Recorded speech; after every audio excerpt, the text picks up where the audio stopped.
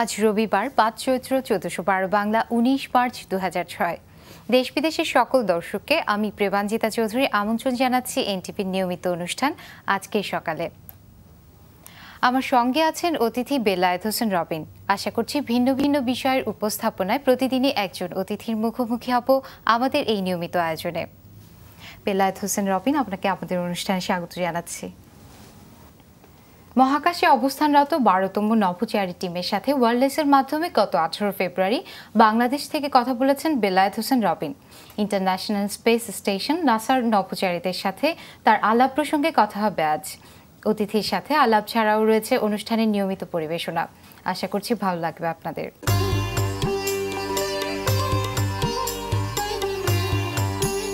প্রথমেই জানিয়ে দিচ্ছি আমাদের আজকের অনুষ্ঠানের নিয়মিত আয়োজনসমূহ। ইতিহাসের এই দিনে প্রতিকৃতি, প্রথমা এবং আজ সারাদিন। অতিথি বেলায়েত হোসেন রবিনের সাথে আলাপচারিতা তো থাকছেই। আসুন এক এক করে দেখে নিই আমাদের আজকের পরিবেশনা। প্রথমেই ইতিহাসের এই দিনে।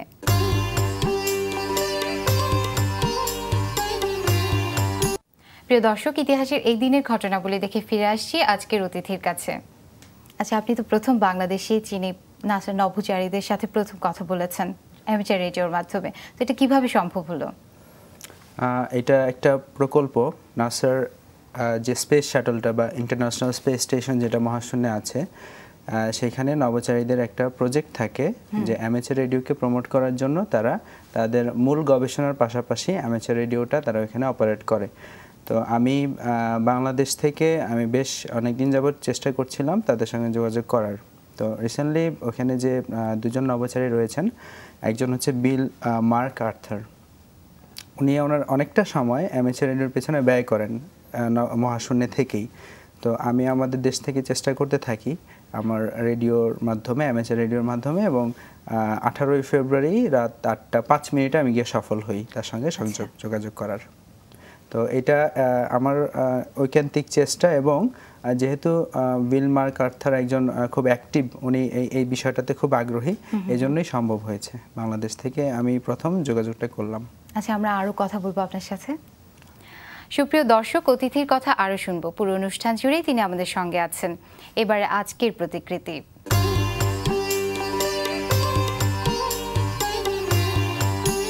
ইতিহাস ও সময়ের নির্মাতা, বিশ্বের সৃষ্টিশীল এক একজন কীর্তিমান মানুষের মুখচ্ছবিতে সাজানো আমাদের এই নিয়মিত আয়োজন প্রতিকৃতি। আজকের প্রতিকৃতির মুখ ভ্যালেন্টিনা তেরেস্কোভা। ভ্যালেন্টিনা তেরেস্কোভা 1937 সালে সাবেক সোভিয়েত ইউনিয়নে জন্মগ্রহণ করেন। তিনি সেই রুশ নারী যিনি বিশ্বের সকল নারীদের মধ্যে সর্বপ্রথম মহাকাশ পরিভ্রমণ করেন। 1963 সালের 16 জুন মহাকাশযান ভস্তক 6-এ চড়ে তিনি মহাকাশ পরিভ্রমণ করেন। সেখানে তিনি দীর্ঘ 17 ঘন্টা অবস্থান করতে সক্ষম হন। প্রিয় দর্শক, প্রথম নভোচারী মহিলা ভ্যালেন্টিনা তেরেস্কোভার প্রতিকৃতি থেকে ফিরে আসছি আজকের অতিথির কাছে। আচ্ছা, সময়টা কতক্ষণ ছিল? আপনি কতক্ষণ ধরে ওনাদের সাথে কথা বলেছিলেন? ইন্টারন্যাশনাল স্পেস স্টেশনটা মহাশূন্যে স্থির।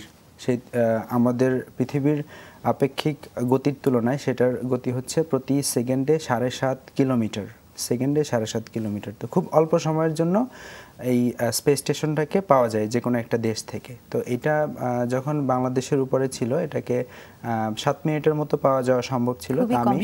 খুবই কম সময়। আমি 3 মিনিটের মতো এটাকে পেয়েছিলাম, এবং 3 মিনিট জুড়েই আমার নভোচারীর সঙ্গে কথোপকথন হয়েছে। আচ্ছা, আপনার কথোপকথনের সাবজেক্টগুলো একটু শুনি, কি নিয়ে আপনার কথা বলেছেন? অ্যামেচার রেডিওতে সব ধরনের কথা বলা যায় না, এখানে কিছু নিয়ম বা কিছু রুলস রয়ে গেছে ইন্টারন্যাশনালি। তো আমরা যেটা করি যে আমাদের একটা আইডেন্টিফিকেশন বা একটা কল সাইন থাকে সবার, এটা ইউনিক। আমার কল সাইন হচ্ছে সিয়েরা 21 রোমিও ব্রাভো। ঠিক একইভাবে নাসার যে আলফা স্টেশন বা ইন্টারন্যাশনাল স্পেস স্টেশনটা রয়েছে, ওটার কল সাইন হচ্ছে নভেম্বর আলফা 1 সিয়েরা। তো আমি ওনাকে ওনার কল সাইন ধরে ডাকছিলাম আমার রেডিও বা বেতার যন্ত্রের মাধ্যমে। তো ঠিক উনি যখন আমার সিগন্যালটা পেলো, সঙ্গে সঙ্গে উনি রিপ্লাই দিল যে উনি আমাকে পাচ্ছে। তার মানে Sierra 21 Romeo Bravo, your signal is very clear to me, এই ধরনের রিপ্লাই দিয়ে উনি শুরু করেন। আর মূলত আমাদের কথোপকথন টেকনিক্যাল, আমার সিগন্যাল স্ট্রেংথ কীরকম, রেডিওর কীরকম শুনতে পাচ্ছেন, এগুলো আলাপ হয়েছে। তারপর আমি ওনাকে জিজ্ঞেস করেছিলাম যে উনি কতক্ষণ আমাকে পাবেন। তো উনি বলেছিলেন যে 5 মিনিটের মতো। 3 মিনিটের মতো আমরা টোটালি কথা বলেছি। তারপর আবার আরেকটা ইনফরমেশন আমি ওনার কাছে জানতে চেয়েছিলাম যে 90 মিনিট পরে এই শাটলটা আবারও বাংলাদেশের উপর দিয়ে যাওয়ার কথা ছিল। তো আমি জিজ্ঞেস করেছিলাম যে 90 মিনিট পরে ওনাকে পাওয়া যাবে কিনা। উনি বলেছিলেন যে হ্যাঁ উনি মনিটর করবেন, কিন্তু 90 মিনিট পর আর ওনাকে পাওয়া যায়নি। তো এই কয়েকটা কোশ্চেন অ্যান্সার উনি করেছেন আর কি। তো টোটালি 3 মিনিটের মতো যোগাযোগটা ছিল। তারপরে আরো জানবো আপনার কাছ থেকে সামনে। দর্শক মণ্ডলী, আমাদের এবারের আয়োজন মালায় থাকছে প্রথমা।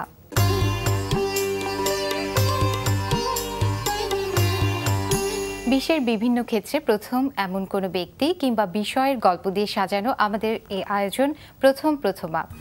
নক্ষত্রশালায় যান্ত্রিক পদ্ধতিতে মহাকাশের বস্তুসমূহের বিশেষভাবে গ্রহ নক্ষত্রসমূহের অবস্থান চিহ্নিতকরণ ও গতিবেগ সম্পর্কে বাস্তব জ্ঞান দেওয়া হয়। এটি একই সাথে জ্ঞান দানকারী এবং বিনোদন সেবার ব্যবস্থা। কিভাবে দিন রাত হয়, কিভাবে গ্রহ নক্ষত্রের সঞ্চারণ সম্পন্ন হয়, এমনকি মহাজাগতিক বিস্ফোরণ, কৃষ্ণ গহ্বর বা ব্ল্যাক হোল প্রভৃতি বিষয় প্রদর্শিত হয় আধুনিক নক্ষত্রশালায়। পৃথিবীর প্রথম নক্ষত্রশালাটি সপ্তদশ শতকে জর্জ গ্রাহাম নির্মাণ করেছিলেন বলে মনে করা হয়। তবে জার্মানির মিউনিক শহরে 1923 সালে পৃথিবীর প্রথম আধুনিক নক্ষত্রশালা বা প্ল্যানেটোরিয়াম স্থাপিত হয়েছিল। প্রিয় দর্শক, প্রথমা থেকে ফিরে আসছি আবারও আজকের অতিথির কাছে। আচ্ছা, আপনি তো অনেকদিন ধরে অ্যামেচার রেডিওর সাথে কাজ করছেন, এটা কনসেপ্টটা সম্পর্কে একটু বলেন, অনেকেই কিন্তু জানে না এটা সম্পর্কে। আচ্ছা, অ্যামেচার রেডিও মূলত একটা খুব হাইটেক সায়েন্টিফিক হবি। এটা যারা টেলিকমিউনিকেশন এবং ওয়্যারলেস নিয়ে কাজ করতে আগ্রহী তাদের জন্য এটা একটা খুব অভূতপূর্ণ সুযোগ। অ্যামেচার রেডিওর অপারেটররা যেটা করে, তারা তাদের নিজেদের মধ্যে নিজেদের তৈরি ইকুইপমেন্টস দিয়ে যোগাযোগ স্থাপন করে এবং এটা বিশ্বব্যাপী, দেশের বাইরেও সারা পৃথিবীতে। তো প্রায় সারা পৃথিবীতে প্রায় 26 লক্ষের মতো অ্যামেচার রেডিও অপারেটর রয়ে গেছে। তো বাংলাদেশে এই কনসেপ্টটা নতুন এই জন্য যে এখানে আমাদের দেশে 1992 সালের পর থেকে অ্যামেচার রেডিও যাত্রা শুরু। তার আগে এটা ছিল না এখানে, এবং অনেক কারণে এটার প্রসারটা খুব হয়নি। তো এই জন্য আমাদের এখানের লোকজন এটা সম্বন্ধে তেমন একটা জানে না। ব্যয়বহুল, টেকনোলজিক্যাল অনেক প্রবলেম।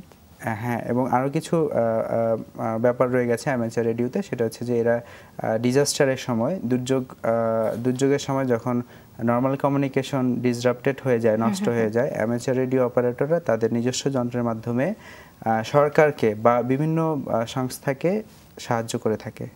এবং রিসেন্টলি এই ধরনের অনেকগুলো এক্সাম্পল অ্যামেচার রেডিও অপারেটররা করেছে। সুনামি কিছুদিন আগে হয়ে গেল, সেখানে অ্যামেচার রেডিও অপারেটরের প্রথম এই দ্বীপগুলো থেকে তাদের যে সেন্টার পয়েন্ট বা রাজধানীর সঙ্গে ইন্ডিয়াতে অন্যান্য দেশে যোগাযোগ স্থাপন করেছে। আচ্ছা, বাংলাদেশে প্রেক্ষিতের ব্যবহার কতটা হচ্ছে?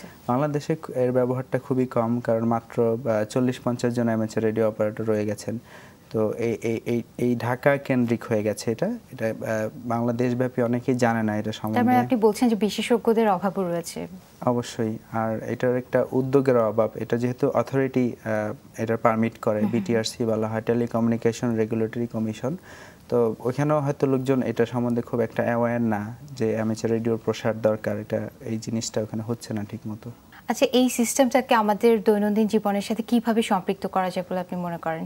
আচ্ছা, অ্যামেচার রেডিওটা আমাদের দৈনন্দিন জীবনে খুবই ভালোভাবেই সম্পৃক্ত করা সম্ভব। আমি কয়েকটা ছোট এক্সাম্পল দিই। যেমন স্টুডেন্টস যারা স্কুল, কলেজ, ইউনিভার্সিটির যারা ছাত্রছাত্রী, এরা যদি অ্যামেচার রেডিওটা জানে এবং এটা ইউজ করতে থাকে, তাদের নিজেদের মধ্যে জ্ঞান চর্চা, কমন ইনফরমেশনগুলো এক্সচেঞ্জ করা, একটা কোনো ফিল্ড ওয়ার্ক করা, এই খুবই কাজে দিবে অ্যামেচার রেডিওটা।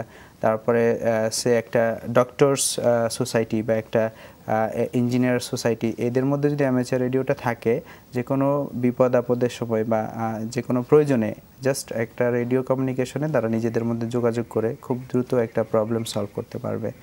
আর সব ক্ষেত্রেই আমার মতে অ্যামেচার রেডিওটার ইফেক্ট প্রত্যেকটা ফিল্ডেই রয়ে গেছে।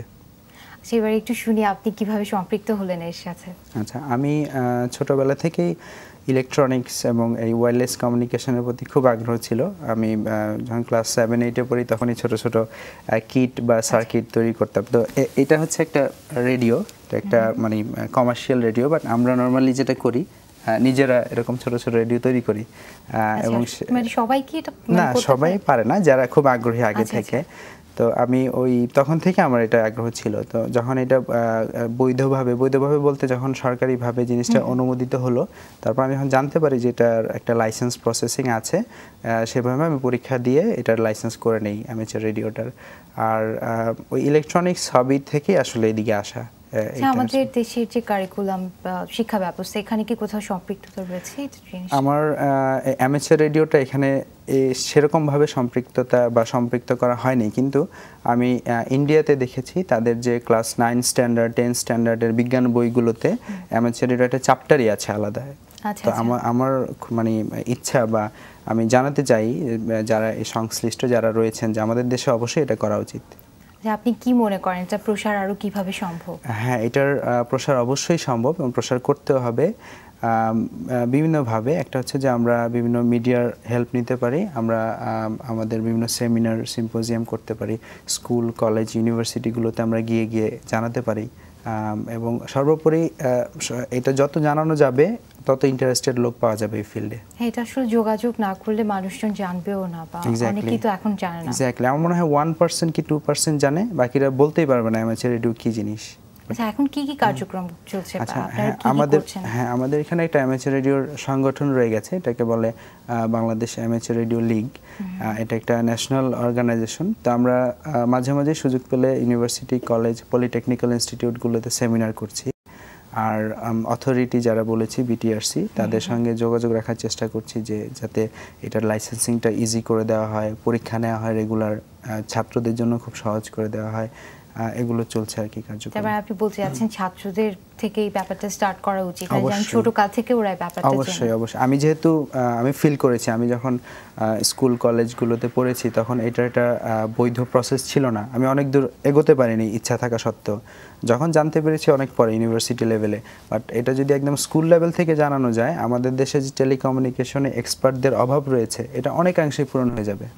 আপনি কি মনে করেন সরকারের কি ধরনের স্টেপসগুলো নেওয়া উচিত? আচ্ছা, অ্যামেচার রেডিও যেহেতু সরকারকে বিভিন্নভাবে হেল্প করতে পারে, সরকারের ডিজাস্টারের সময় আগেই বলেছি আমি, আরও নানান টেকনিক্যাল হেল্প, তো সরকারি একটা সিস্টেম করে দিতে পারে স্টুডেন্টসদের জন্যে, বা কারিকুলামের মধ্যে এগুলো অ্যাড করে দিয়ে, এবং রেগুলার এটাকে প্রমোশনের জন্যে রেগুলার সেমিনারগুলো করা, এসব ব্যাপারে সরকারের অনেক ভূমিকা নিতে পারে। তো এই যে প্রথম নভোচারীদের সাথে আপনি কথা বলেছেন, আপনার অনুভূতিটা একটু শুনি। আচ্ছা, এটা আসলে একটা খুব মানে ভালো অনুভূতি, বা ভাষায় প্রকাশ করাটা একটু কঠিন, কারণ আমাদের দেশ থেকে এই প্রথম স্পেসে মহাশূন্যে কথা বলা রেডিওর মাধ্যমে এই ফার্স্ট। আর এই জিনিসটা নাসার যে ওয়েবসাইটগুলো এবং রিলেটেড যে ইনফরমেশনগুলো, সেখানে বাংলাদেশের নাম কখনোই ছিল না।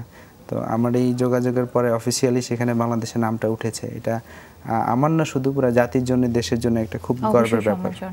আচ্ছা, ব্যক্তিগতভাবে কেউ যদি এর সাথে সম্পৃক্ত হতে চায় অ্যামেচার রেডিওর সাথে, তো সে কিভাবে কি করলে সম্পৃক্ত হতে পারবে? আচ্ছা, অ্যামেচার রেডিওতে উৎসাহী যারা, তারা যেটা করতে হবে, এটা একটু বেসিক ইলেকট্রনিক্স এবং টেকনিক্যাল ওরিয়েন্টেড, সো একটু বেসিক জ্ঞান তাকে নিতে হবে ওয়্যারলেস কমিউনিকেশনের উপরে।